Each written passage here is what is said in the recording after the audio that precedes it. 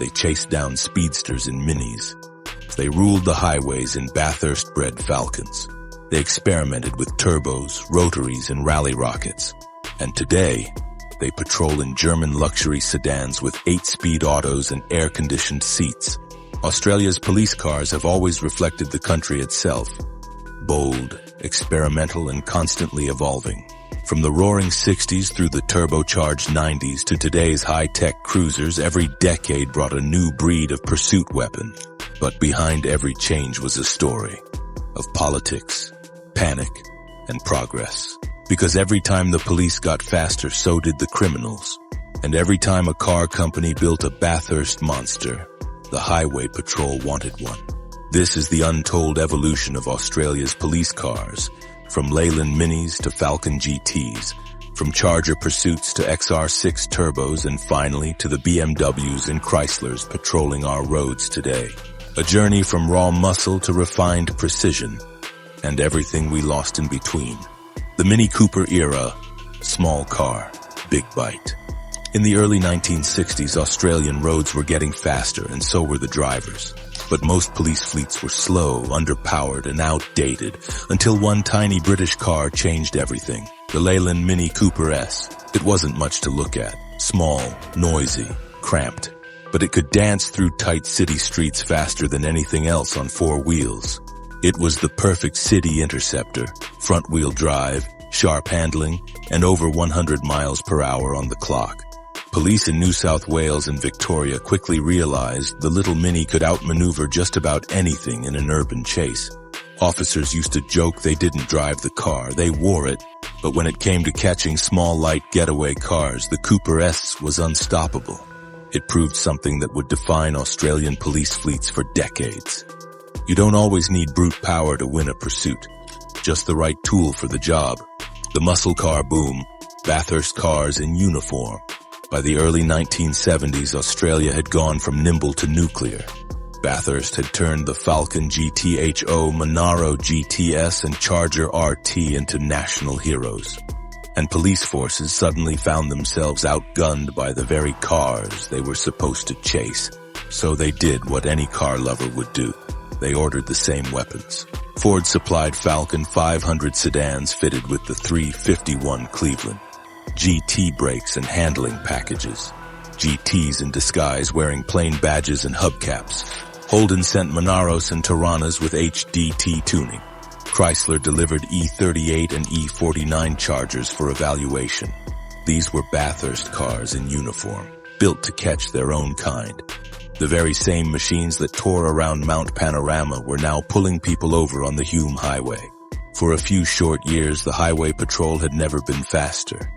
But that power came with controversy. The public started asking, should police really be driving race cars on public roads? The supercar scare. The end of innocence. In 1972, everything changed. Headlines exploded with panic about 160-mile-per-hour supercars. Politicians accused Ford, Holden, and Chrysler of selling racing weapons to the public. And just like that, the supercar scare was born. The fallout was instant. Ford's Phase 4 project, gone. Holden's Tirana V8 program, scrapped. Chrysler's Bathurst Charger, canceled. Overnight, the high-performance pursuit car became politically radioactive. No more spoilers, no more stripes, no more bragging rights. But police still needed speed, so they turned to sleepers, unmarked Falcons with GT hardware.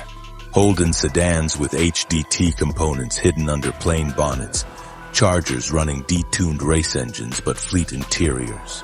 The horsepower stayed, it just went undercover. And for a while, the most dangerous car on Australian highways wasn't the one roaring past you. It was the one quietly sitting behind you with the lights off. The last of the V8s, the XD Falcon and the Mad Max era. By the late 1970s, the glory days were fading. The oil crisis hit. V8s were thirsty, expensive, and politically unpopular. Car makers faced new emissions rules and the great Aussie muscle car was dying. But the chase wasn't over yet. Ford's XD Falcon arrived with one last true V8, the 351 Cleveland, and police forces grabbed it while they could. These XDs were built tough, heavy-duty suspension, reinforced cooling, limited slip diffs.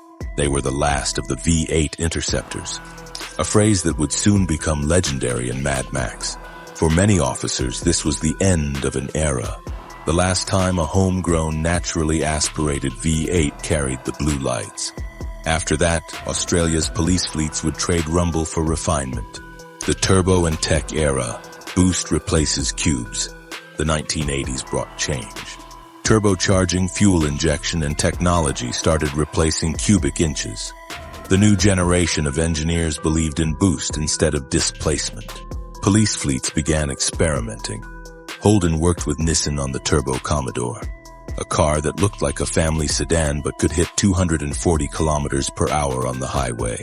Mitsubishi offered the Starion, light, rear-wheel drive, and surprisingly quick. Subaru joined later with the WRX all-wheel drive grip and rally-bred speed. Even Ford kept pushing forward with police spec XE and XF Falcons. Better handling, upgraded cooling, and pursuit-ready gearboxes. The old-timers didn't trust them.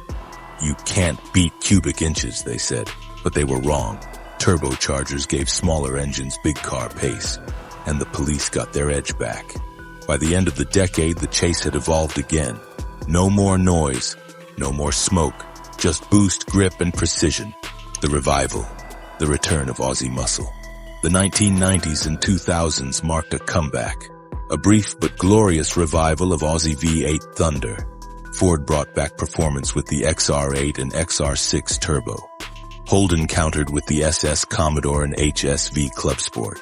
Once again, blue and red roamed the highways in a battle for dominance.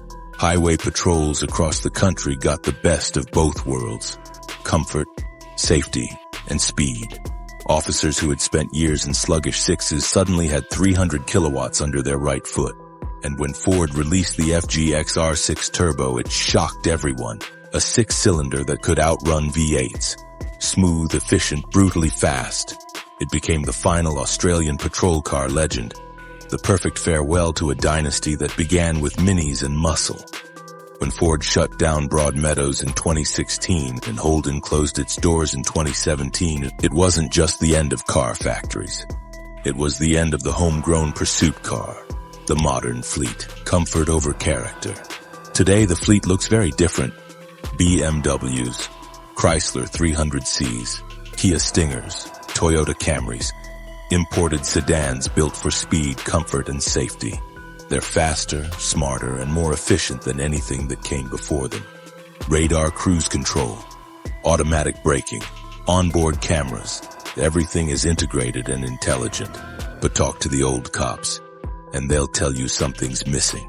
No more V8 rumble echoing across the highway. No more sweat-soaked vinyl seats. No more wrestling with a manual gearbox at 200 clicks an hour. Today's patrol cars are better in every measurable way, but they've lost a little soul along the way. Epilogue, the spirit of the chase. From tiny British minis darting through laneways to V8 Falcons roaring down the Hume to turbocharged Commodores tearing up the 1980s and sleek BMWs gliding along modern highways. The story of Australia's police cars is the story of Australia itself. Bold, restless, always chasing the next evolution. The Mini taught us that agility beats power. The Falcon taught us that raw speed rules the open road. The Charger showed us that underdogs can win. And the XR6 Turbo proved that technology can carry tradition forward. We might not build them here anymore, but the memories still thunder through every old patrol car story ever told. Because these weren't just police cars. They were symbols of a nation that once built machines tough enough to enforce its own legend. And if you listen closely, somewhere out there on a quiet Australian highway, you can still hear the echo of a 351 Cleveland and the faint sound of a siren chasing it down.